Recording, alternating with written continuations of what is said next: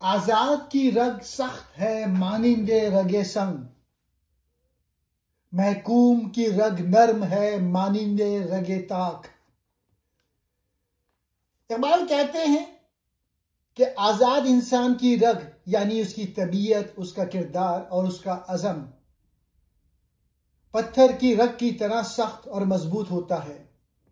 وہ مشکلات میں جھکنے کے بجائے ڈٹ جاتا ہے، کسی کے سامنے سر نہیں جھکاتا۔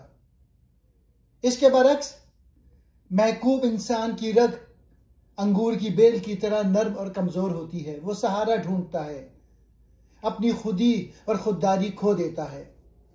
رگ سنگ پتھر کی رگ یعنی سخت، مضبوط، ٹوٹنے نہ والی۔ رگ تاک انگور کی بیل کی نازک رگ، نرم، کمزور۔ آزاد کہتے ہیں وہ شخص جو خود مختار، غیرت مند اور خودی سے معمور ہو۔ محکوم وہ جو دوسرے کے زیر حکم غلام یا تابع ہو۔ اقبال یہاں آزادی اور غلامی کے اثرات انسان کی روح اور فطرت پر دکھاتے ہیں۔ آزادی انسان کو غیرت، خودی، استقلال اور جرأت عطا کرتی ہے۔ غلامی انسان کو کمزور، سہارا طلب اور مصلحت پسند بنا دیتی ہے۔ اقبال کہتے ہیں کہ آزاد انسان کا خون پتھر کی طرح مضبوط ہوتا ہے۔ وہ کسی طاقت کے آگے نہیں جھکتا، اپنی خودی پر قائم رہتا ہے۔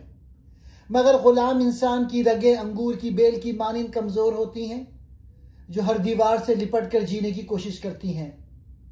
اقبال کا پیغام واضح ہے، آزادی میں عزت ہے، غلامی میں ذلت۔ اقبال یہاں آزادی اور غلامی کے فرق کو جسمانی استعاروں میں سمجھا رہے ہیں۔ آزاد قومیں مضبوط، خوددار اور پرعزم ہوتی ہیں۔ غلام قومیں کمزور، لچکدار، دوسروں کے دباؤ میں آنے والی ہوتی ہیں۔ یہ شعر دراصل اقبال کا پیغام خودی ہے کہ انسان کی اصل قوت اس کی آزادی اور خودداری میں ہے، نہ کہ تابع رہنے میں۔